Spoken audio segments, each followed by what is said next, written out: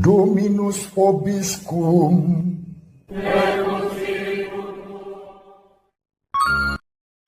Sahabat peradaban kasih ekologis yang terkasih, selamat berjumpa dalam renungan harian bersama saya Romo Alois Budi Purnomo PR melalui channel ini. Semoga panjenengan selalu sehat, tetap semangat tanpa sambat, selalu bahagia kebahagiaan yang bersumber dari Tuhan Allah kita. Mari kita awali perjumpaan kita dengan bersatu di dalam doa. In nomine Patris et Filii et Spiritus Sancti.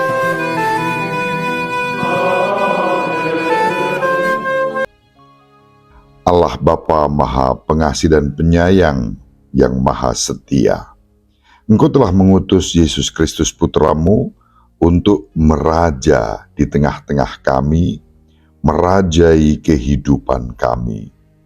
Bukalah hati kami untuk selalu siap sedia menerima Putramu, serta membiarkan hidup kami dipimpin oleh-Nya, sebagaimana telah dihayati antara lain oleh Santo Aloysius.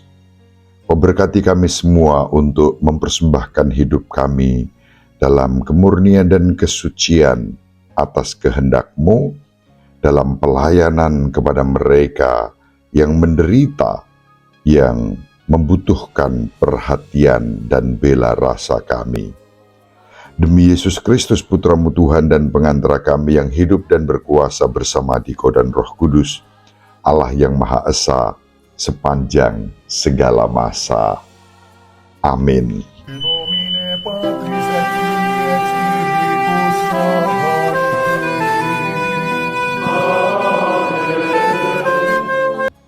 Sahabat peradaban kasih ekologis yang terkasih, mari kita baca Injil Matius bab 6 ayat 19 sampai 23.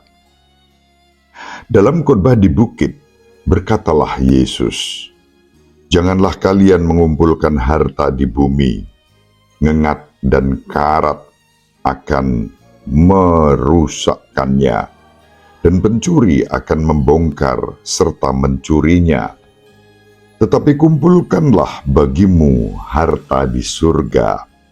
Di surga ngengat dan karat tidak merusakkannya, dan pencuri tidak membongkar serta mencurinya. Karena di mana hartamu berada, di situ pula hatimu berada. Mata adalah pelita tubuh. Jika matamu baik, teranglah seluruh tubuhmu. Jika matamu jahat, gelaplah seluruh tubuhmu. Jadi, jika terang yang ada padamu gelap, betapa gelapnya kegelapan itu." Demikianlah sabda Tuhan. Terpujilah oh Kristus. Sahabat peradaban kasih ekologis yang terkasih, kita masih melanjutkan membaca Injil Matius. Dari sejak awal yang kita baca dalam renungan harian ini, sesuai penanggalan liturgi harian Gereja Katolik Roma, kita membaca Yesus yang berkhotbah dengan khotbah di bukit, diawali dengan khotbah tentang sabda bahagia. Sabda bahagia disampaikan oleh Yesus sebagai kebahagiaan yang sejati dalam Injil Matius bab 5 ayat 3 sampai 12.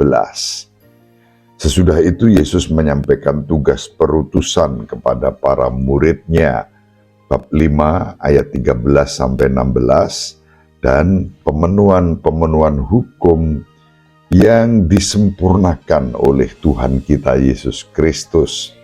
Kita baca dalam Matius bab 5 ayat 17 sampai 48. Kemudian Yesus memberikan petunjuk kepada kita tentang bagaimana sikap yang baik, benar dalam hal memberikan sedekah, dalam hal berdoa, dan dalam hal berpuasa. Bab 6 ayat 1 sampai 18 dari Injil Matius. Kini pada bagian berikutnya dari khotbah Yesus di bukit, Yesus mengajarkan kepada para muridnya dan kepada kita bagaimana kita harus menggunakan harta benda di dunia ini dan percaya pada pemeliharaan ilahi. Injil Matius bab 6 ayat 19 sampai 34. Yang kita baca pada hari ini adalah Matius bab 6 ayat 19 sampai 23. Dalam ajaran ini, Yesus menegaskan bahwa yang terpenting bukanlah harta duniawi, melainkan harta surgawi. Harta duniawi akan hancur dan tidak akan pernah kita bawa saat kita mati.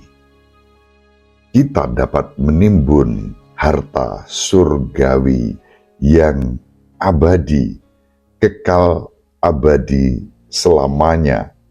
Bagaimana caranya? Seperti yang diajarkan oleh Yesus pada bagian-bagian sebelumnya, terutama dalam hal bersedekah, berdoa, dan berpuasa.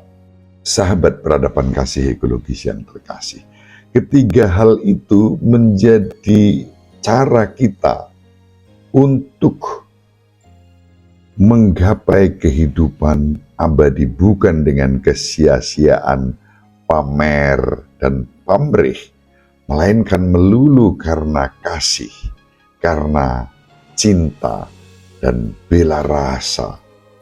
Pertama-tama tentu kita menanggapi kasih dan cinta Tuhan yang sudah dilimpahkan kepada kita dan mengungkapkan kasih dan cinta itu dalam bela rasa kepedulian kepada sesama kita.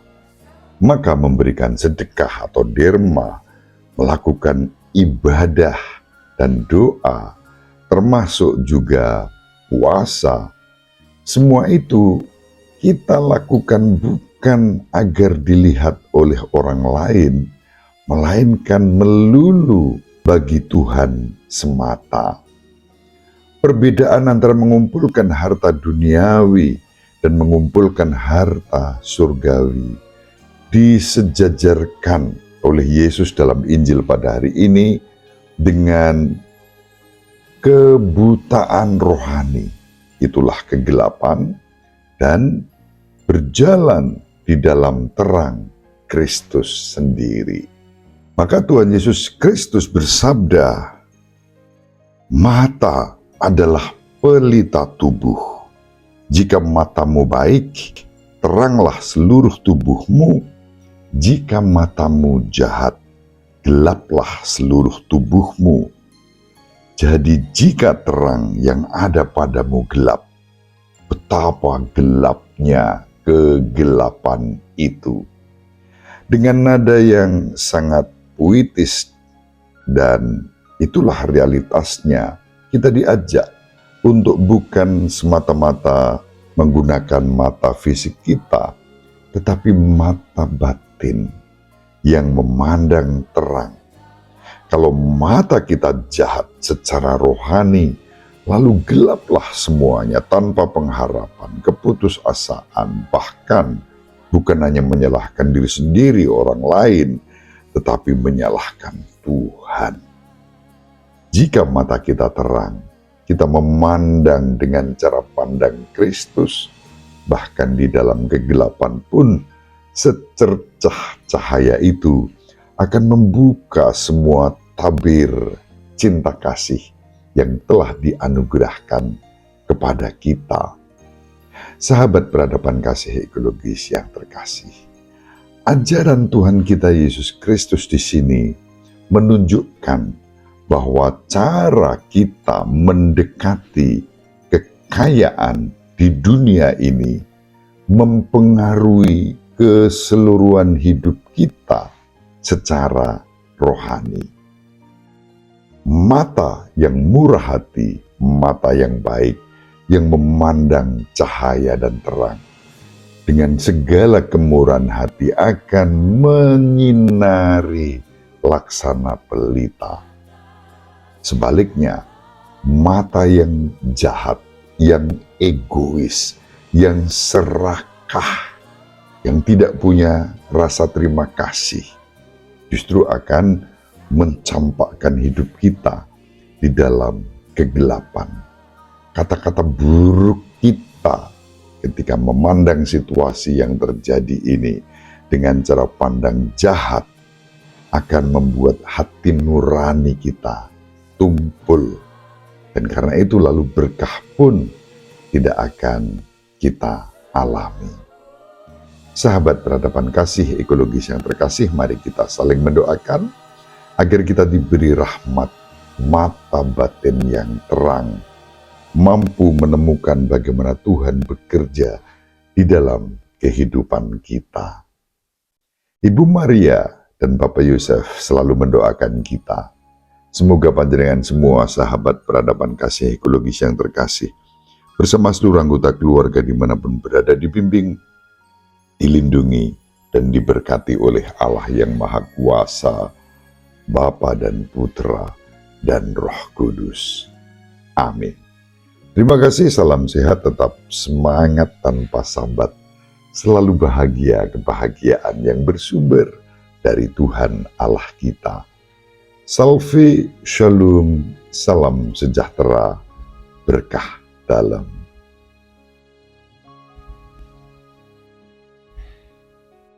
Sahabat peradaban kasih yang terkasih, sampai jumpa pada episode berikutnya. Terima kasih atas kebersamaan kita. Salam peradaban kasih ekologis, berkah dalam.